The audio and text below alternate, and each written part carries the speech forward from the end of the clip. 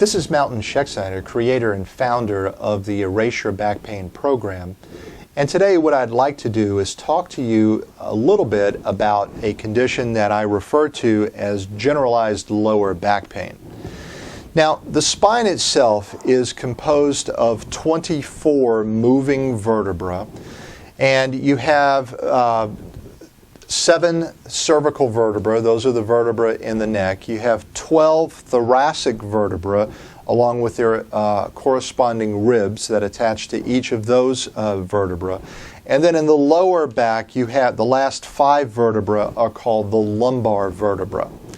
Now, the lumbar vertebrae are very thick. You can see the difference between the lumbar vertebra, the thickness of each bony segment of the lumbar vertebra compared to the thoracic and certainly the cervical vertebra. And the reason for that is that these vertebrae have to take on much more of the body weight. So they're going to need to be much stronger and thicker in order to do that.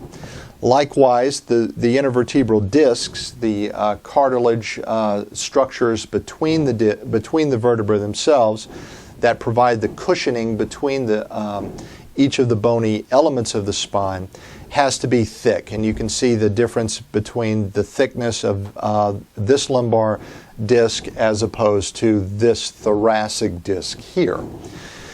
In addition, you have on the back side a pair of joints that move, that allow the spine to move. And if you notice, and this isn't that great of an example, but there is an inward curve here in the lower back. Now, oftentimes what will happen with conditions of lower back pain is that you can be going along and you can bend over to pick something up and your back just cramps up and you have difficulty standing up, and this condition may happen periodically throughout the year and as time goes on becomes more and more frequent. Well, the general problem that has developed over time is that the deep stabilizing structures, in fact these are very small muscles that go from segment to segment, have lost their ability over time to control that movement of your back. So they're basically sitting there teetering on the edge of fatigue all the time. And like I said, you can be going along just fine, you bend over to pick up a Kleenex off the floor, and your back locks up on you. Well, obviously it's not the fact that you're picking up a Kleenex, it's a fact that the deep muscles of the spine have lost their ability to provide that dynamic stabilization for you to accomplish the activity. Now, the reason for that is that is kind of like the last thing to go before we start to see some of the degenerative changes in the disc and into the joints themselves. And the reason for that is that over time, because of either you have a more sedentary life, you have a job that puts you into certain positions, there are imbalances that occur in the muscular system that left untreated will cause everything to move inwardly, and the tissues inwardly are just not designed to take on that kind of a load. So what happens is that you have these imbalances that take place. In other words, you have tight muscles that start to develop on one side of your body, weak muscles that start to develop on the opposite side, and as time goes along, that system is unable to withstand the stresses of day-to-day activity, so it transfers all of that energy internally into structures that aren't designed to take on that kind of a load.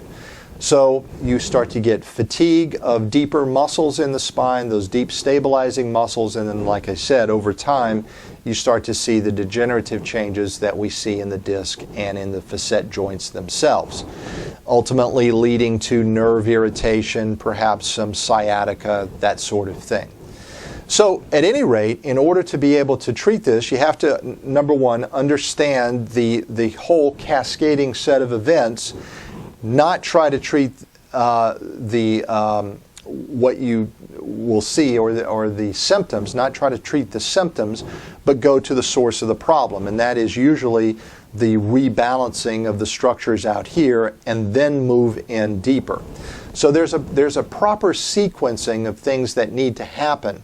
Number one, you need to identify the structures that are at fault, and then number two is to begin a correctly sequenced treatment approach that is going to address the problem.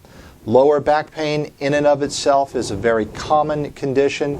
80% of the population will have an episode at some point in their lives, and if you do nothing to fix the problem, most of the time it will go away.